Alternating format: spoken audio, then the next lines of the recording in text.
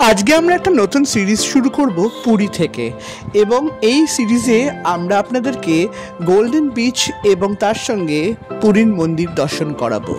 আমাদের জলদি পুরীর অনেক ভিডিও আসছে। নমস্কার সকলকে, আর একদম একটা অন্যরকম জায়গা থেকে আজকে একটা নতুন সিরিজ শুরু করছি। সিরিজ বলতে একটা নতুন ডেস্টিনেশন, আপনাদের সকলের প্রিয় জায়গা, আমার প্রিয় জায়গা জয় জগন্নাথ মানে পুরী। অলরেডি আপনারা থাম্বনেল থেকে দেখে নিয়েছেন পুরীর নতুন ব্লগ। আর আমরা আজকে এই ব্লগে আমরা তো প্রত্যেকবার ট্র্যাডিশনাল ব্লগ করি, যেখানে সারাদিন কী করছি, কীভাবে ঘুরছি সেইগুলো দেখাবো, কিন্তু আমরা একটু কম্প্যাক্ট ব্লগ করার এবারে পরিকল্পনায় আছি। সেই জন্য প্রথমেই দেখাবো বেশ কিছু জায়গা, তার সঙ্গে থাকবে বেশ মজা আনন্দ। যাই করব আনন্দ হয়ে যাই, আপনাদেরকে নিয়েই করব। একটাই রিকোয়েস্ট, যারা নতুন দেখছেন চ্যানেলটা প্লিজ সাবস্ক্রাইব করে দেবেন।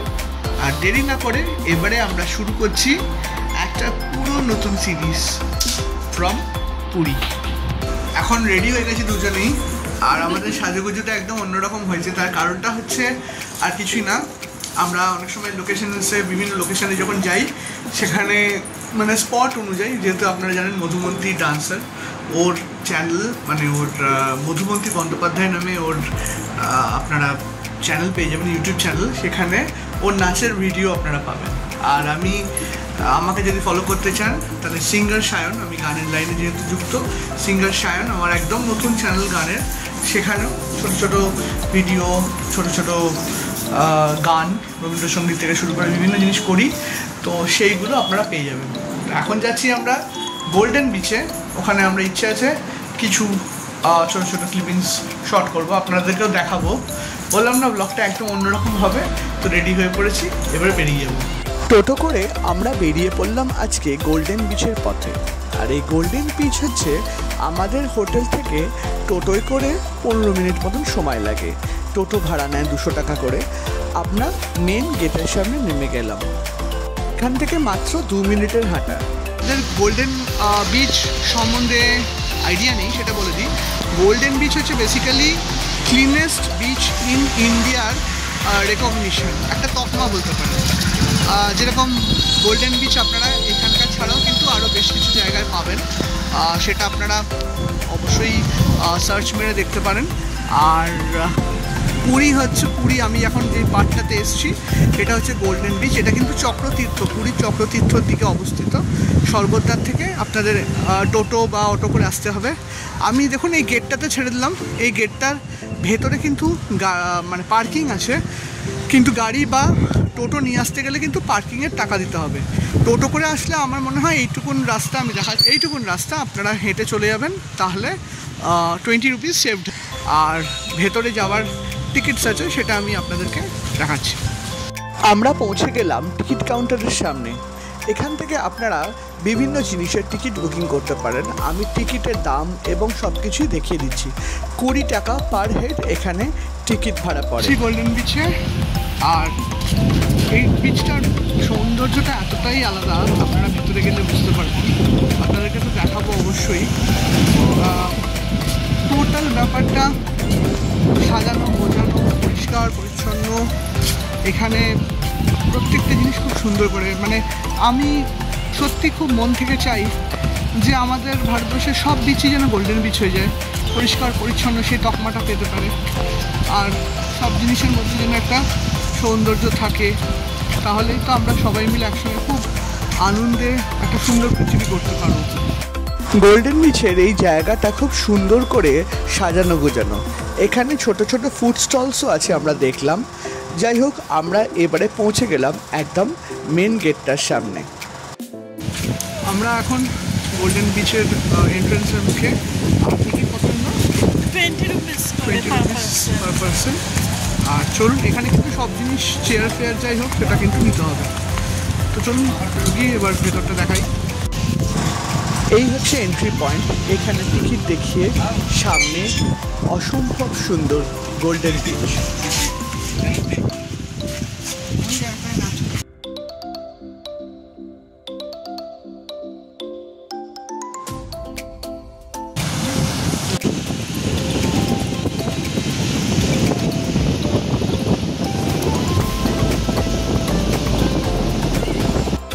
মধুমন্তী আর ওর মা গোল্ডেন বিচের ধারে বেশ খানিকটা সময় কাটালো। দেখুন, যত দূর তাকাবেন তত দূর এই সামুদ্রিক সৌন্দর্য আপনাকে অদ্ভুতভাবে আকৃষ্ট করবে।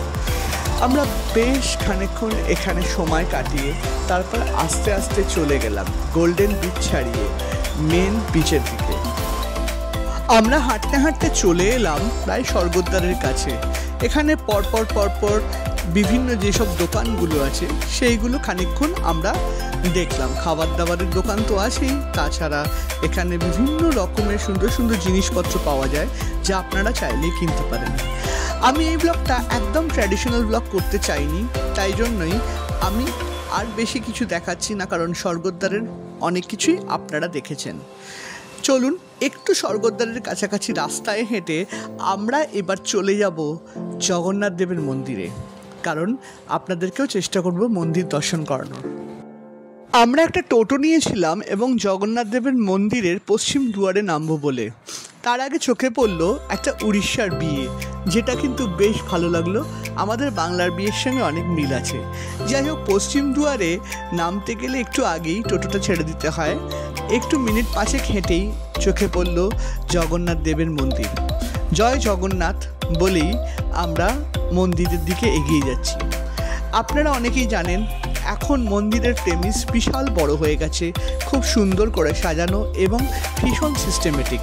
আপনারা যারা পুরীর মন্দিরের মধ্যে আসেননি তারা কিন্তু পশ্চিম দুয়ার বা পূর্ব দুয়ারে আপনারা ওখানে জুতো রাখার জায়গা পেয়ে যাবেন। জুতো এবং মোবাইল ফোন রাখতে হয়, ব্যাগ সঙ্গে করে আপনারা ভেতরে নিয়ে যেতে পারেন। চলুন আপনাদেরকে জায়গাগুলো ভালো করে দেখিয়ে দিই। আমি এখন পূর্ব দুয়ারের একদম সামনাসামনি দাঁড়িয়ে আছি, আর আমার ঠিক ডান দিকে আপনারা দেখতে পাচ্ছেন এখানে ফ্রি শু এবং মোবাইল স্ট্যান্ড। এখানে কিন্তু আপনারা আপনাদের মোবাইল এবং জুতো রেখে দেবেন। আর জগন্নাথ দেবের এই মন্দিরের ভেতরে বিশাল জায়গা, এবং এখান থেকে কিন্তু বসে আপনারা ধ্বজা যে প্রতিদিন চেঞ্জ হয় তা দেখতে পাবেন। মন্দিরের ভেতরে কিন্তু 51 পীঠের একটি পীঠ আছে, বিমলা দেবীর মন্দির, তাই আসলে অবশ্যই দর্শন করে যাবেন। জগন্নাথ দেবের দর্শন আমি ভিডিও দিয়ে করাতে পারলাম না, কারণ ভেতরে ভিডিওগ্রাফি করানো যায় না বলে। এই ভিডিওটি এখানেই শেষ করছি। জলদি আসছে গুপ্ত বৃন্দাবন এবং পুরীর আরও বেশ কিছু ভিডিও। আমাদের চ্যানেলের পাশে থাকুন, ভালো থাকুন, সুস্থ থাকুন।